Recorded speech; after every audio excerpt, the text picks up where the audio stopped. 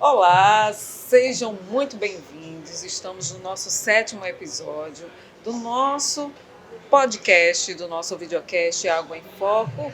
Essa temporada do Nó Verde que só tem rendido parcerias legais e ótimas conversas, né? Lembrando sempre, gente, que este projeto ele tem um objetivo, certo, de dar luz a iniciativas e soluções que impulsionem o desenvolvimento, o urbanismo, o turismo, a cultura e o meio ambiente no Nordeste brasileiro.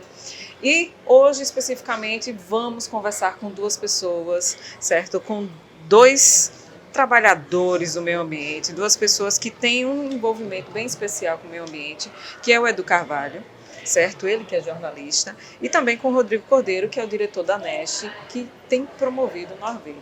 Mas, antes mesmo, passo a palavra para a minha querida Karina Drummond, que vai apresentar melhor cada um dos nossos entrevistados. Muito obrigada pela presença dos dois, tanto o Edu, né, quanto o Rodrigo, dois guerreiros que militam, né, aí de uma forma muito especial. Eu acho que o trabalho que desenvolvem, né, em todo o Brasil, ele vale aqui a gente registrar e é digno de aplausos. Rodrigo Carvalho e Edu também, principalmente aqui em Sergipe, está fazendo um rebuliço, né? Nas redes sociais, só vejo a galera lá comentando. Eu queria já passar a palavra para Rodrigo e você dá uma pincelada aí um pouco sobre a sua história, com o social, com o ambiental, com o meio ambiente. Maravilha. Primeiro, obrigado, é um prazer estar aqui com vocês. É sempre interessante participar de qualquer atividade que fala sobre um dos temas que pautam a minha vida, que é o tema da água.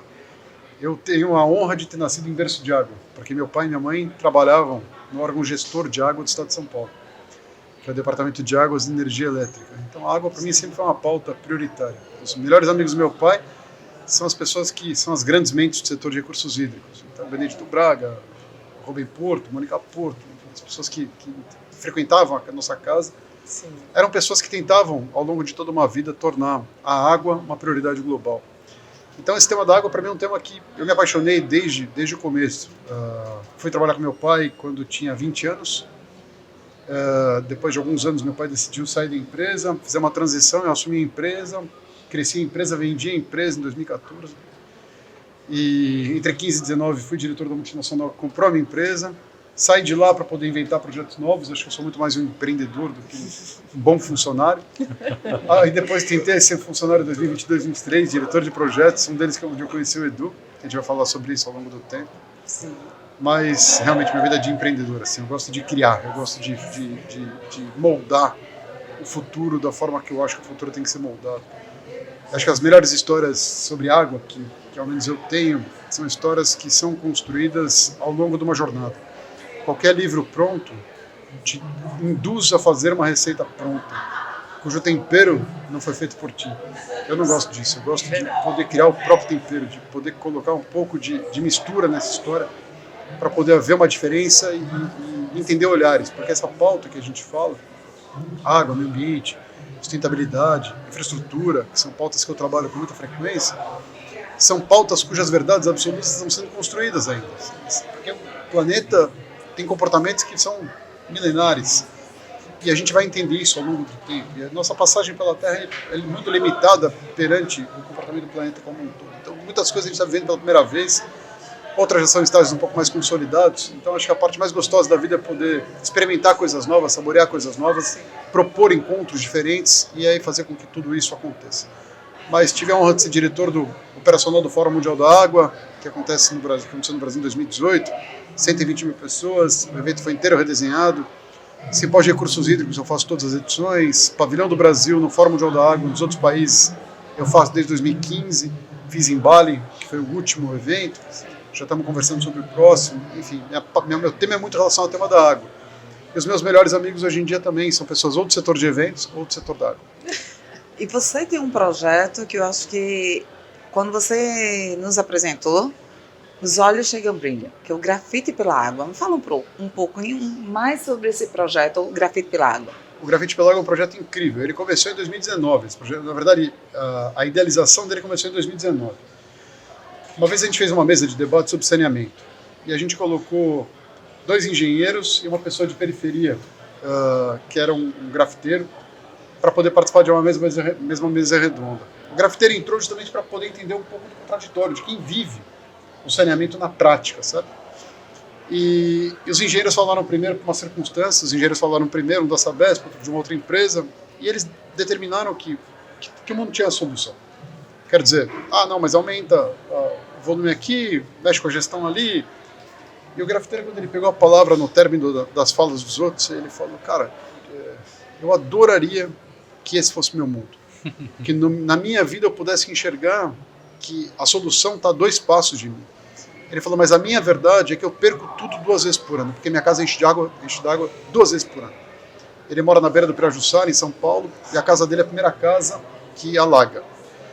E ele, diferente de muitas pessoas que eu já conheci, ele não é um cara que acusa governo. Ele é um cara que culpa a população pelo mau comportamento com o córrego que gera a enchente. Ele critica o governo também, mas é muito menos do que ele critica a própria população. Aquilo foi uma aula, porque quando acabou o evento, e esses encontros inusitados geram isso, né? Ficou um silêncio na sala. E ele tinha um projeto chamado Grafite contra a Enchente. E eu fui conhecer o projeto dele. Numa dessas enchentes que deu no bairro dele, ele conseguiu trazer para a comunidade onde ele mora 400 grafiteiros do mundo todo, porque tamanho, o drama que eles viveram, a comunidade de grafiteiros todos ficaram chateados com o que tinham visto e falaram, nós vamos ajudar a reconstruir a moral das pessoas, porque o que ele fala é que quando a sua casa enche d'água, o que você mais perde é a esperança. Além de você perder a casa você recupera, porque é um bem material. Mas quando você perde a esperança, essa você não recupera. E a beleza do bairro se foi, porque era barro para tudo que é lado, enfim, muros altos com barro. E aí esses grafiteiros pintaram obras e mais obras onde ele mora, e eu fui conhecer esse projeto. Um projeto maravilhoso, maravilhoso. E aí a gente criou o projeto Grafite pela Água a partir disso.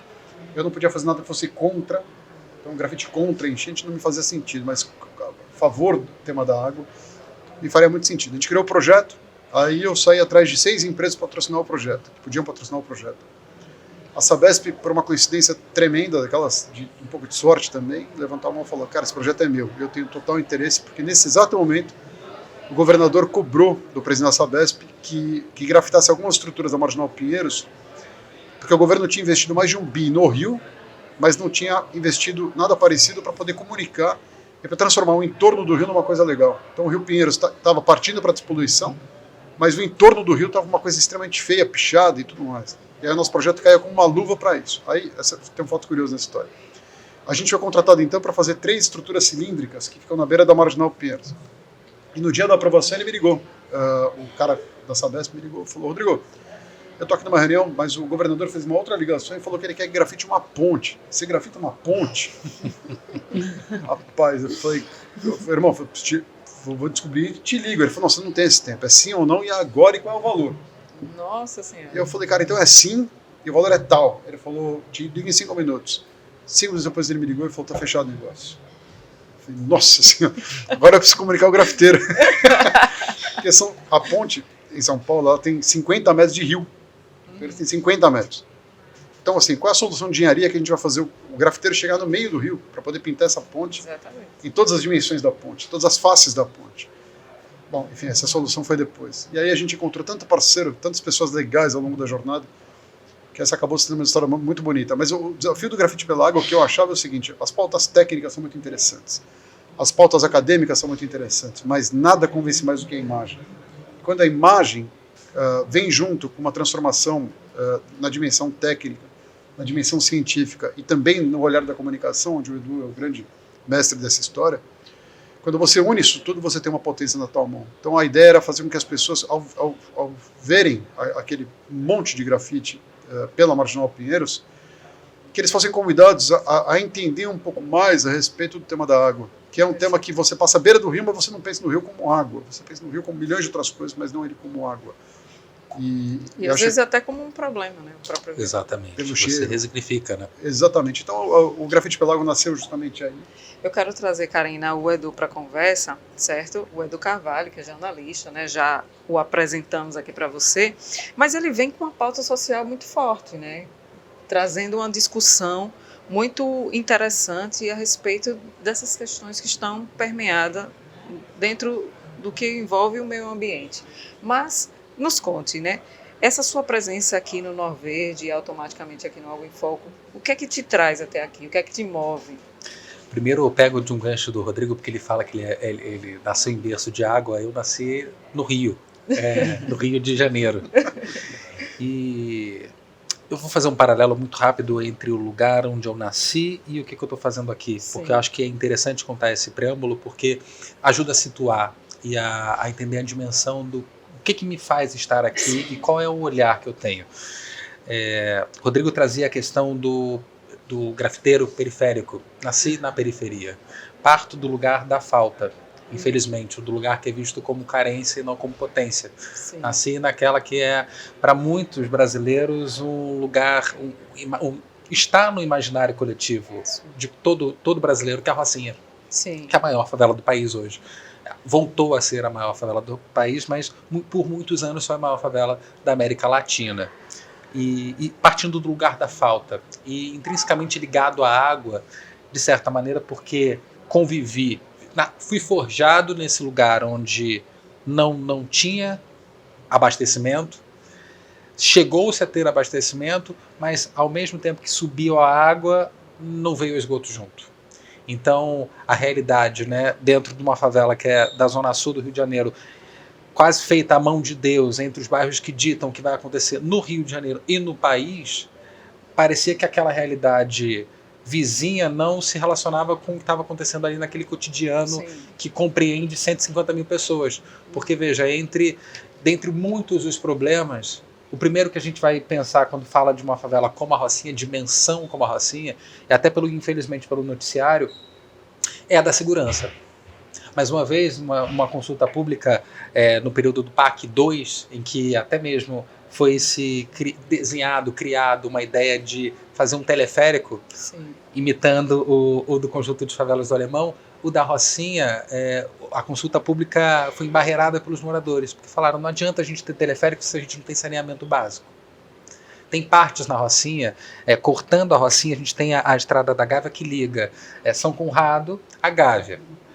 Quem não mora nessa estrada, essa grande avenida, e vai entrando cada vez mais para dentro dos becos, cada vez mais vai ficando distante da água, da luz e do saneamento. Então parto desse lugar, fui forjado nesse lugar. Então, muito intrinsecamente, desde o meu nascimento, entender o quanto meio ambiente, na verdade, ambiente era meio para a minha vida e para poder observar o que acontecia no entorno e muito perto, né, porque transitava entre os bairros, estudava na Zona Sul, entender as realidades e as disfunções e entender que aquilo ali já representava, de certa maneira, o Brasil de múltiplas realidades, né? E entender que, a partir do jornalismo, eu conseguia mudar a minha realidade. Aquilo que estava ali muito perto da gente. E a partir de um senso de comunidade, porque apesar da falta... Demonstrava ter uma capacidade de resiliência. E política, de movimento. No período do verão, por exemplo, até mesmo porque, por conta dos conflitos armados entre os civis armados e também com a força de segurança, muitas vezes o período de coleta de resíduos é restrito. Então vai um acúmulo muito forte de resíduos e quando vem a chuva leva tudo. Eu, felizmente, não tive a minha casa derrubada, mas tive amigos, pessoas, sei até hoje, que quando vem período assim, dezembro, janeiro, fevereiro, março, de pessoas que são acometidas pela força da água e a força dos resíduos sólidos acumulados, porque a Conlurb, no caso a Companhia de Limpeza Urbana do Rio de Janeiro, não consegue chegar, porque tem conflito, porque é muito difícil chegar, porque é restrito até a locomoção entre esses agentes, porque se torna realmente insalubre. E eu estou falando disso de um lugar que é muito privilegiado. A gente está falando da maior favela do país, dentro de um contexto muito específico, que é a Zona Sul do Rio de Janeiro, potência propulsora do país. Imagina para outras realidades. Então, com esse entendimento, eu chego aqui hoje sendo comunicador e compreendendo todas as diferentes realidades que acometem Aracaju. Entendendo que, por exemplo, quando eu cheguei aqui, eu fui entendendo 75 municípios. 75. Mas não são 75 municípios apenas. São mais de 800 povoados, diferentes cada um entre si. E de como se coaduna, né? Porque a gente vai pensar, maior problema no Nordeste, seca. Não é. Não é. Não somente. Não somente, e ao mesmo tempo, o principal, a mola propulsora de riqueza e abundância em outros, em como, porque crise hídrica, no caso aqui, que a gente está falando muito de água, a crise hídrica aqui se estabelece, coexiste, todo mundo sabe. Como é que a gente atravessa esse problema e faz a vida das pessoas ser possível? Eu acho que é um pouco disso que a gente tem falado aqui durante todo o período já inicial do Norverde, e acho que é o que vai ditar esse grande encontro, né? A gente está falando sobre o que atravessa. Basicamente ser... Eu falava que eu era pontífice, me apresento, não é só o Papa que é pontífice, eu também sou pontífice. Porque pensa, eu nasci num lugar de 150 mil, não pessoas, mas histórias. Eu queria ser ponte, não queria falar sobre, eu queria falar com as pessoas. Sim. Eu também sou pontífice, ungido não pela igreja. Ambiental. Mas me faz entender que esse evento como um todo está sendo ponte para a gente falar dessas realidades e caminhar.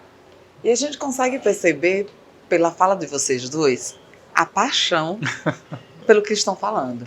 E aí eu quero até me inserir nessa paixão, e eu tenho certeza também que Janete, eu tenho uma militância de 21 anos na pauta ambiental. Antes era estudantil, mulheres, e agora especificamente social e ambiental. E a gente, trazendo para a realidade de Sergipe, nós temos um trabalho que foi desenvolvido na região qual eu sou diretora de um conselho de associações, de que alagava há 30 anos. Uma comunidade que alagava há 30 anos e que as pessoas não acreditavam que esse problema fosse resolvido. E aí a gente tem que fazer um abaixo-assinado para levar para o poder público para discutir a questão do saneamento básico, porque não tinha nenhum projeto. E pasmem vocês, nenhuma população de quase 15 mil moradores, a gente só conseguiu 168 assinaturas desse abaixo-assinado. Porque as pessoas olhavam para mim e diziam assim, não, menina, para que tu quer meu CPF e meu contato? Não, tal comunidade não tem saneamento. Você está com essa comunidade aqui, que é da Zona Sul, uma comunidade nova, você já quer saneamento para cá? Olha, vai tomar conta dos teus filhos, que é melhor. Isso há 20 anos atrás. E aí eu peguei os 168 e levei aquilo como desafio. Eu disse, não, peraí, vou mostrar para o resto dessas pessoas, mas para esses 168 que assinaram, que é possível. E aí a gente abriu um diálogo com o Ministério Público Federal, Ministério Público Estadual, o Governo Federal. Na época o governador era o nosso saudoso Marcelo Deda, e a gente conseguiu 158 milhões de reais. Hoje essa comunidade que há 30 anos alagava, não alaga mais. Nós temos uma obra de esgotamento sanitário que foi consolidada de 84 quilômetros de rede de esgotamento sanitário e há 20 anos, vamos dizer, está sendo concluído, mas 20 anos de militância que se não acreditasse isso há 20 anos atrás, junto com um grupo de militantes também, falo de ativistas, né, ambiental, assim como vocês, essa realidade poderia não ter ocorrido. Então, quando você fala da sua comunidade, você está falando com conhecimento, quando o Rodrigo está falando de todo esse processo, né, do grafite e de muitos outros projetos que vocês falam, vocês têm esse conhecimento detalhado da comunidade, e o que eu sinto falta, e gostaria de ouvir vocês dois, é que muitas vezes, e foi muito falado em todos os episódios, que um sonho que se sonha só é só mais um sonho, mas um sonho que se sonha junto é realidade. Eu acho que todos os episódios, alguns dos nossos entrevistados falou essa frase.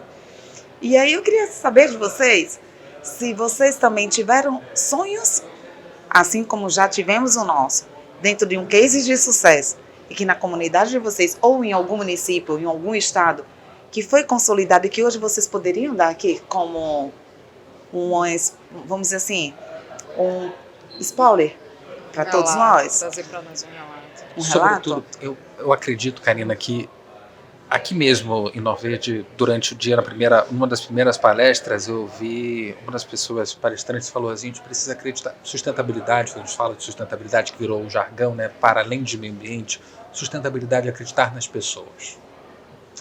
Acho que não tem coisa mais bonita quando a gente reconhece elas, a si mesmos, nós, e o outro, olhar para o outro como possibilidade. Eu venho de uma trajetória enquanto comunicador, para além de ter morado, nascido e crescido na Rocinha, ter morado lá por muito tempo, de rodar muitas periferias. Karina, eu vou dizer do fundo do meu coração, não há sentimento maior do que justamente a mudança de olhar. É uma quebra de paradigma quando você olha o outro como possibilidade, você enxerga. Você tira ele do campo da invisibilidade, porque eu estou falando de lugares que muitos outros lugares nem queriam a existência. Não queriam a existência do lugar e não queriam a existência daquelas pessoas. Então você criminaliza. Primeiro ponto. Depois você tira não sabendo lidar com a existência, você tira a subjetividade. Você tira todo o processo de pensamento, de elaboração. Essa pessoa não tem direito, ela não tem autoestima. Quando você reconhece com o mínimo. E eu, como comunicador, contando histórias, porque a gente falava, Rodrigo falou mais cedo disso, né? A gente consegue, a imagem é o elemento mais forte. E a imagem conta uma história. Sim. As pessoas se veem representadas. Elas se veem como exemplo, elas se veem possível, elas se veem refletidas. Quando a gente faz isso através do jornalismo, eu vou contar um case muito simples, assim. Trabalhando num conjunto de favelas, teve uma ação de vacina, e a gente teve a possibilidade de pessoas que eram relegadas à vacina serem vacinadas. Aquilo dali eu tenho certeza que mudou a vida delas. Porque se fosse em outro contexto, talvez não chegaria a elas. Porque, primeiro, como é que... posso tomar essa vacina? O desconhecimento parte da falta de informação. Sim. A ignorância completa. E não porque ela quer, mas porque ninguém reconhece ela como assim, não, você pode tomar a vacina. Vamos lá, eu te levo. Falta quem muitas vezes faça essa ponte. Então, um dos principais exemplos é essa mudança de olhar. Você já, a partir da mudança de olhar, isso já traz um senso de pertencimento, de coletividade, que se acredita no outro. E aí você faz todas as mobilizações possíveis. Se não fosse você acreditando e mais 168, ou seja, 169 pessoas acreditando nessa mudança, há 20 anos não teria uma mudança tão transformadora, que está sendo colhida hoje por muito mais gente. Dobrou, quadruplicou esses 169. Quando a gente muda, então a gente está falando aqui de noções muito básicas. A gente está falando, né, de saneamento básico. O que é básico para a vida hoje? Talvez esse olhar que reconhece o outro com possibilidade. A gente olhar, enxergar mesmo, não é só olhar, é enxergar o outro. Hoje eu recebi muita ligação, inclusive das pessoas dizendo assim, esse evento Nó Verde, eu gostaria muito de fazer parte, infelizmente, as inscrições estão encerradas. Né? Culpa do Rodrigo. Então, esse rapazinho que está aqui do meu lado, ele eu posso dizer assim, eu criei uma admiração muito grande por você, Rodrigo. Obrigado. Tanto pela sua história, tanto por conversando com você, você se perde no tempo, no sentido, não que se perde, mas ganha. A gente ganha no tempo. Obrigado. Conversando com você. Porque suas experiências, assim como você falou agora, né, do projeto do grafite, o Nó Verde, ele plantou uma semente no estado de Sergipe, que eu tenho certeza que não vai parar por aqui. Não vai parar por aqui. Esse evento já está consolidado na agenda de Sergipe, né? Mas eu acredito que ele também vai além fronteiras. Estamos falando de Nordeste, afinal de contas. Então, eu queria também ouvir de você sobre essa questão dessa pauta, né, do social, do ambiental, mas você também acha que essa pauta ainda é uma pauta que está muito, vamos dizer assim, na classe A? Karina, eu acho, primeiro, obrigado pelas palavras, é totalmente recíproco. Acho que a nossa convivência ao longo da preparação do Nó Verde faz nascer uma amizade incrível, porque a gente é 100% afinado com relação a princípios e propósitos, é isso que nos une sempre na vida, né? Eu acho que eu tenho dois fatores que são muito positivos. O primeiro deles é que eu trabalho com eventos. Evento é a arte de promover grandes encontros, de você juntar as pessoas certas para poder fazer provocações que precisam ser feitas, ou que sejam para traduzir conversas. Quando a gente começou a construir o Nó Verde, linkando o Edu nessa conversa, eu pensava justamente isso, fazer mais um debate de 2 dias, sem extrair das pessoas um pouco de coração, porque no palco é raro a pessoa usar o coração para poder falar. Ela, quando ela está à frente de público, ela normalmente usa a razão. Ela chega num ambiente que não é um ambiente seguro para ela e, naturalmente, ela vai tentar se colocar de uma maneira muito profissional. Alguém precisa tirar o coração dessa pessoa. Alguém precisa traduzir isso aqui um pouco mais em palavras. E aí foi quando eu convidei o Edu para vir fazer essa parte, tornar essa conversa informal. Mas informal não significa... com menos conteúdo. Né? Significa traduzida. Porque eu acho que o grande problema do que a gente trabalha é que para você poder entender o que acontece de fato com o mundo, exige um volume de estudos que uma sociedade que parte para uma dimensão muito rasa das coisas, onde o TikTok, onde o Instagram torna tudo muito rápido, muito ágil e tudo muito imediato, é satisfação imediata, é você encontrar o teu prazer de forma imediata e você, para poder falar um pouco mais de profundidade sobre o tema da água, do saneamento, do resíduo, da drenagem, seja do que for, na pauta do saneamento ambiental ou da sustentabilidade, pegando os 3 pilares do ESG, seja lá do que for, você vai precisar entender um pouco mais contextos, porque essas histórias, o que o Edu estava falando, para mim faz muito sentido. Os eventos que eu promovo, que eu organizo, não obrigatoriamente eu concordo 100%. Eu não concordo 100% com o que está acontecendo. E nem com o painel que foi criado. Mas eu tenho certeza que desses encontros todos, se houver 5% de uma outra pessoa que eu consigo absorver, eu vou mirar em 5%. Eu não vou olhar para 95% que não me interessa. Perfeito. Isso torna o raciocínio, na minha cabeça, uma forma um pouco mais propositiva de viver, porque eu não estou a fim de encontrar o desencontro. Eu não estou a fim de encontrar aquilo que eu tenho diferenças com as pessoas. Eu estou a fim de encontrar aquilo que eu convirjo com as pessoas, aquilo que ela pensa igual a mim. Porque é ali que a gente vai poder se encontrar, que a gente vai poder trocar. Porque dos 5% que ela vai me dar 15%, dos quais 5% eu concordo plenamente, 10% eu sou capaz de absorver porque ela tem razão, eu só não tinha pensado sobre aquilo. E as pessoas são isso, quando a gente fala de meio ambiente, o ambiente é o meio. É sobre isso. Essa é uma história que é construída a partir de olhares. Eu volto para o primeiro ponto, né?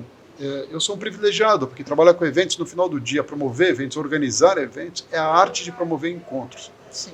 E esses encontros são encontros que muitas vezes a gente tem encontro de alma. Eu trabalhei com o Edu durante um mês na minha vida, e a gente tem uma amizade de irmandade. O Edu é meu irmão, assim, um cara que tenho bem como quero um irmão. De tanto que eu gosto dele como pessoa, sabe, como profissional, é um amigo que eu realmente adoro. Edu, a gente se encontrou hoje no início do evento e os dois estão de azul. Aí eu falei, poxa... Não, e a gente também. A paleta tá bem. Todos sairemos daqui pro show do Roberto Carlos.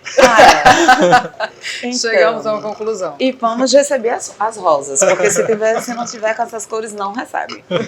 E assim, desde o início, eu me lembro bem da primeira reunião que eu tive com você online, você falava sempre que a comunicação é o pilar mais importante desse evento.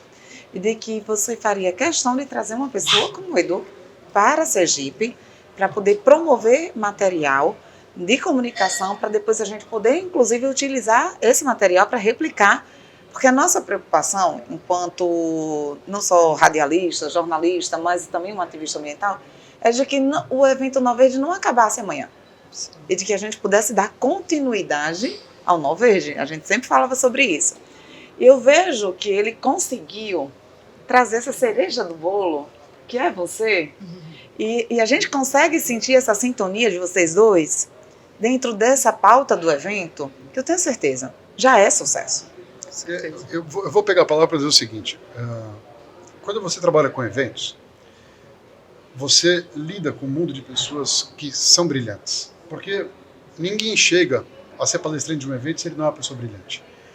Ninguém tem o nível de senioridade na produção de um evento se ele não é uma pessoa madura o suficiente para ter essa posição.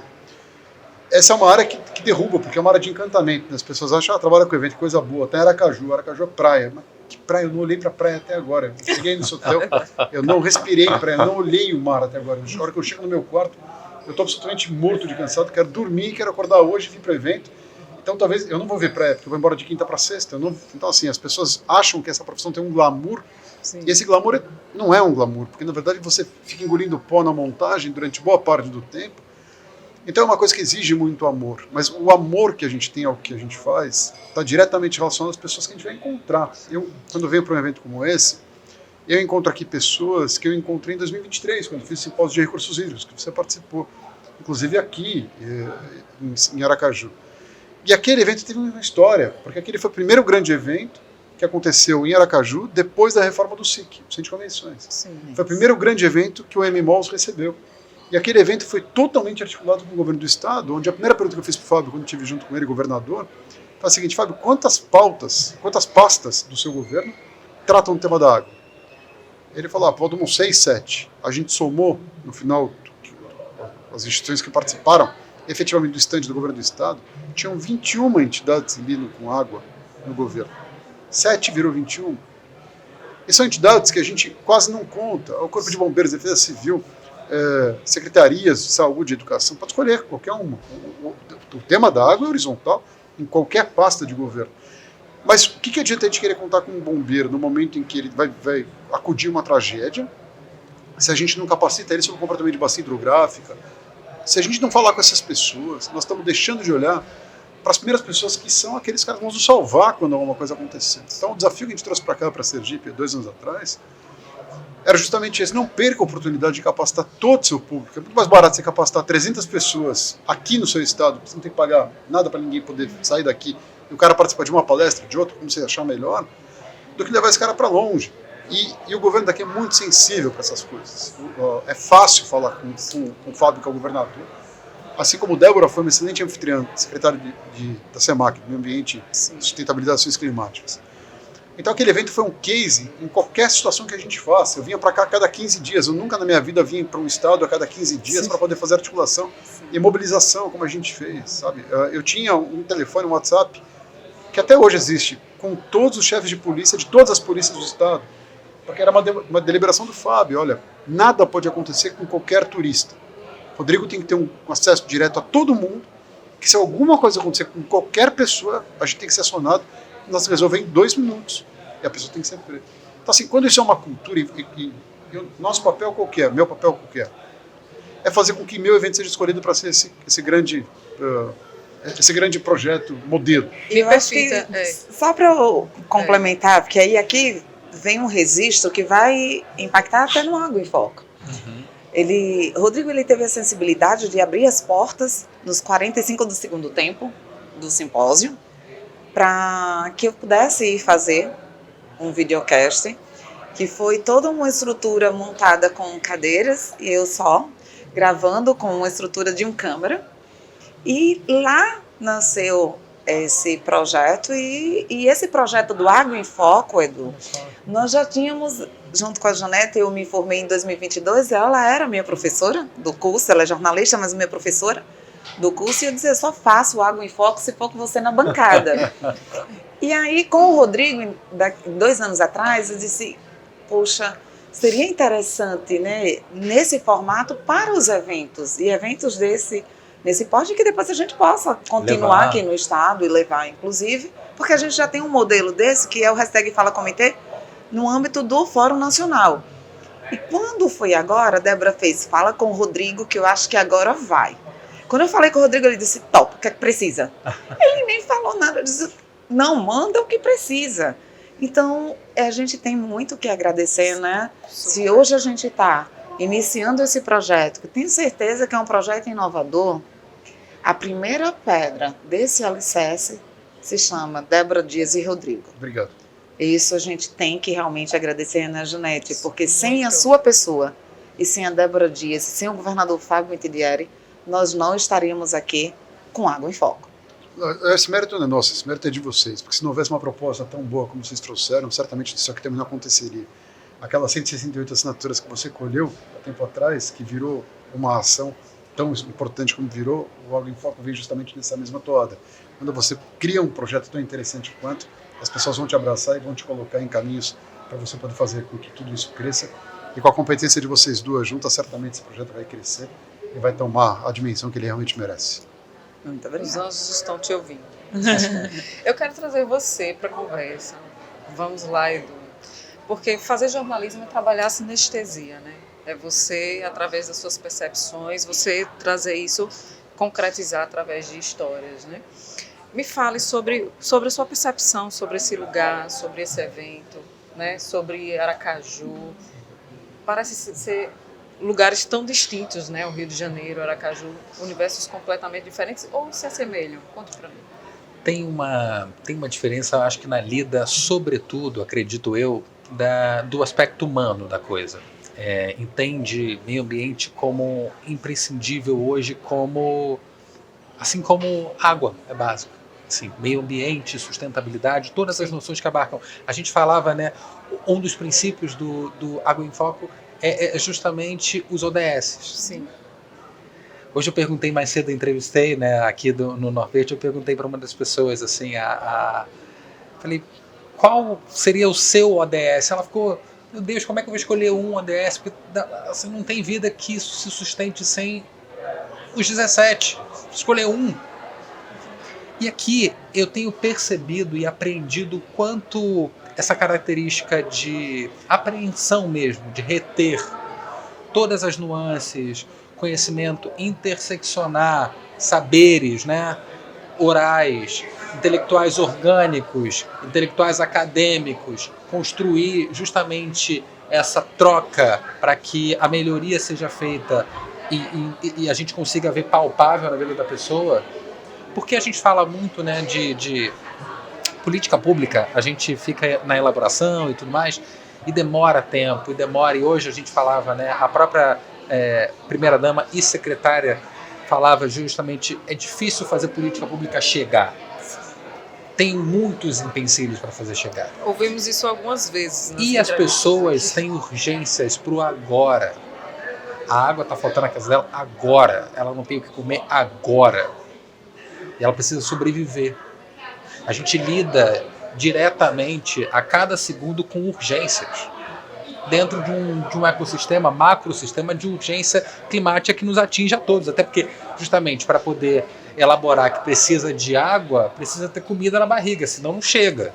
Sim. Você precisa de água para poder elaborar sobre qualquer outra coisa. Você precisa de comida, você precisa de luz, você precisa de, enfim, bens, ser humano. Então, tenho percebido daqui e aqui uma maneira muito humana de analisar e reter e transformar isso em assim, a gente não vai conseguir para agora, mas a gente pode começar a construir. A gente está em transição, a gente está em construção para isso. Vai demorar um certo tempo, porque nenhuma mudança surge e surte efeito rapidamente. Ontem a gente, nos dias anteriores aqui ao Norverde, eu e o Rodrigo tivemos a chance de visitar e ter uma troca muito importante com a Iguá. E nessa troca a gente ouviu uma palavra, né, fazejamento. Não dá para sair fazendo, porque se você faz sem pensar, por exemplo, você acaba criando uma estrutura que não tem planejamento. Então, talvez seja melhor pensar para o que é agora urgente, um pouquinho mais de tempo, entendendo também essa realidade, e que aquilo... Porque o mais importante do que fazer é que aquilo seja contínuo. Isso. É isso mesmo. Vamos chegando ao final, né? Vamos sim. Contínuo assim como a gente espera que seja. Eu falava disso com o Rodrigo. O Norverde não é só um evento de 2 dias. Sim. Ele é um movimento que nasce nesses 2 dias.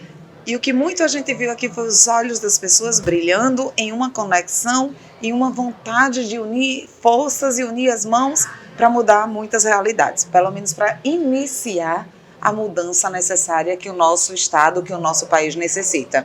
E aí esse start foi dado hoje no Norverde. Eu queria muito agradecer, Rodrigo, mais uma vez.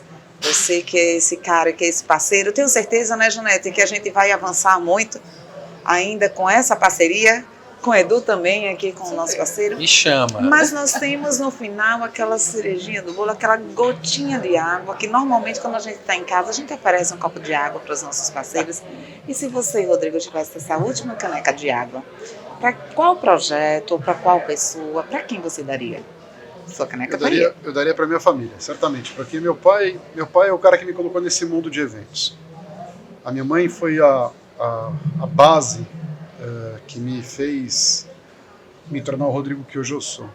E minha mãe faleceu em 2024, ela viveu comigo durante o último ano da vida dela, e foi um ano de reencontro, porque nem sempre a gente está disposto a entender os nossos pais. Sim. Muitas vezes a gente, por questões de diferenças de forma de pensar, de entender a vida, eu sempre dei muito bem com a minha mãe, mas o último ano foi quando a gente realmente conseguiu entender completamente o que faltava entender e não impartir. Então, meu pai e minha mãe são pessoas que são essenciais na minha construção. Meu pai me colocou no mundo de eventos, e me colocou no mundo de eventos ligados ao tema da água. Quer dizer, o que mais eu posso pedir para alguém como meu pai? Meu pai é um cara genial, assim como minha mãe também é. As minhas filhas, minha filha de 8 anos, uma vez, no Grafite pela Água, a gente tinha um desafio de grafitar telas, quadros.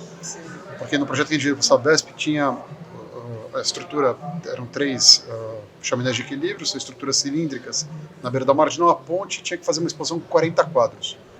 E a gente tinha composto com 30. A gente fez uma chamada de grafiteiro que foram para Vinhedo, onde eu moro, e eles foram grafitar em Vinhedo. A minha filha com 8 anos, mais novinha, pegou, hoje ela está com 12. Ela pegou uma tela de 0,80 por 1,20, portanto quase da altura dela. Atravessou a rua, foi atrás do grafiteiro, que é o Gamão, que é o meu sócio nesse projeto do Grafite pela Água. E ela grafitou uma imagem, e ela voltou para mim com essa imagem. E eu nunca imaginei o que podia significar aquele negócio. Quando ela voltou, quando ela foi, eu não imaginei que ela fosse voltar com uma tela ligada ao tema da água. Esse é o primeiro ponto. O segundo ponto foi que ela desenhou, então, uma pessoa equilibrando 3 planetas. Eu me impactei com aquilo porque ela desenhou um planeta. Eu não sabia nem que ela sabia desenhar. Aí eu falei, filho, o que significa a tua arte? Ela falou, pai, o equilíbrio do planeta está na mão das pessoas. Se essa vida é sobre legado, eu acho que é sobre absorver o que teus pais são capazes de te dar. Podem te dar mais ou menos, absorva o que for possível. Porque nem todo mundo tem a maturidade de te entregar 100%. Mas se ele te entregar 5%, aproveite e faça bom uso desse 5%, para você tornar esse 5% na vida do teu filho. Então, eu acho que eu sou o meio dessa ponte, porque acho que eu tento educar minhas filhas para entenderem o mundo de uma outra forma. Esse mundo certinho, a gente não vai viver. A gente vai viver num mundo que tem diferença, e graças a Deus. Porque as histórias se complementam, elas se combinam, quando elas se juntam, elas se tornam mais poderosas. Quando a gente tenta isolar as histórias e dizer eu sou assim, vivo assim, quando você se limita a uma crença, você não está aberto a ouvir ninguém. Você fechou o teu ouvido e você vai partir só das suas verdades. Isso vai te tornar um imbecil de longo prazo. Quer dizer, normalmente te torna um imbecil de longo prazo, porque você não tem capacidade de ouvir as pessoas. Sim. E o que eu mais faço com as minhas filhas é o exercício da escuta. É de primeiro tentar escutá-las e segundo tentar fazer com que elas absorvam algum recado daquilo que eu faço, daquilo que eu trabalho. Eu trabalho bastante, viajo muito. Elas estão em casa agora, eu sou separado, guarda compartilhada, estão na minha semana, elas estão em casa, eu estou aqui, eu estou totalmente tranquilo, porque acho que elas entendem que hoje é importante o pai delas trabalhar, porque trabalha com evento, primeiro ponto, segundo, é o ganha-pão, mas segundo, que cada evento que a gente faz é uma chance de falar sobre o tema da água, é uma chance de falar sobre aquilo que você ama, é uma chance de você conectar pessoas, de você contar histórias. Eu acho que se a vida é sobre isso, essa caneca d'água deveria ser destinada à minha família. Então convido vocês para a gente brindar pela família do Rodrigo. Coisa boa. Agora Agora eu sei. Difícil. Você me emocionou. Mas eu ofereceria a equipe técnica, dentro dessa imersão Norverde, pude e tenho tido a chance de conhecer pessoas, é o que me move, conhecer histórias. Eu sou um contador de histórias, ajudo essas histórias a se encontrarem através do meu principal e maior instrumento, que é o lápis, a caneta, o papel. E dentro dessa imersão, nos dias preparativos ao Norverde, eu fui conhecendo a Mata do Junco, a equipe técnica que cuida de uma unidade de conservação. E eu ofereceria a Emily, a Valdelice e, sobretudo, a um servidor chamado Marcelo Guigó. Por que Guigó? Porque Guigó é a espécie do macaco endêmica aqui de Aracaju. E essa unidade de conservação. Só tem lá. E essa unidade de conservação nasceu desse apelo da população. Para você ver, né, como se relaciona e como você precisa de pessoas humanas gerindo política pública para entender o que é importante para além de um simples Estado político. A população pedia isso para que a área fosse protegida. São 900 hectares. E ontem, quando a gente está gravando aqui, eu digo ontem, mas nos dias preparativos, estando lá, pude conhecer. E por que Gigó? Por conta do macaco em extinção, endêmico da região. E esse servidor, ele está presente na unidade de conservação desde quando ela foi criada. E a unidade de conservação foi criada em 2017. 2017 não, minto, 2007. Lá se vão 18 anos dele ali. E aí ele acabou colocando Marcelo Gigó, por se sentir tão pertencido à unidade de conservação e um representante assíduo dessa proteção, Marcelo Gigó. E aí, quando passando ali horas com ele, pude ver no olhar dele, eu falei, eu não poderia estar em outro lugar, eu não poderia ouvir outra pessoa. Se o Norverde ia conectar pessoas, o melhor entre o público e o privado, na busca de soluções possíveis que impactam a vida das pessoas diariamente, eu tinha que conhecer esse servidor e entender o quanto é valoroso para ele esse trabalho que é feito e tudo que a gente está vendo aqui no Norverde. Então eu convido também para a gente poder brindar ao Gigó. E mais ainda, a gente emociona mesmo em ver que a gente tem 2 cidadãos sergipanos. Eu já sou daqui agora. Gente, Eu já se eu sair. 2 cidadãos sergipanos. Já vamos a organizar gente esse tem. projeto. Vamos organizar esse projeto. Não porque... chegue não da Assembleia Legislativa. Então, o reconhecimento. já fica o desafio aqui para o governador e para a Débora. Muito obrigada. Fiquei muito feliz em estar entrevistando vocês dois, né? Janete, passo a palavra para você, porque aqui estamos entrevistando 2 ativistas também. Sim. Mas estamos entrevistando aquela pessoa que realmente, se hoje o Água em Foco está aqui consolidado, a gente deve muito esse parceirão ao Rodrigo. Obrigado. Quero agradecer muito, Rodrigo. Esse projeto ele está engavetado já tem algum tempo, né? Em função dessa necessidade de conciliar, né, objetivos e tentar encontrar um tempo nessa agenda louca de a gente colocar esse projeto que a gente vem conversando há tanto tempo para ganhar vida, né? Então, muito obrigada mesmo. E hoje, pela primeira vez, eu me senti muito à vontade de ser mais escuta do que a própria jornalista que entrevista. E gostei muito do que vocês falaram aqui. Isso me tocou em muitas faces da minha vida. E obrigada mesmo, foi bem importante para mim. Obrigada. Obrigada e até breve.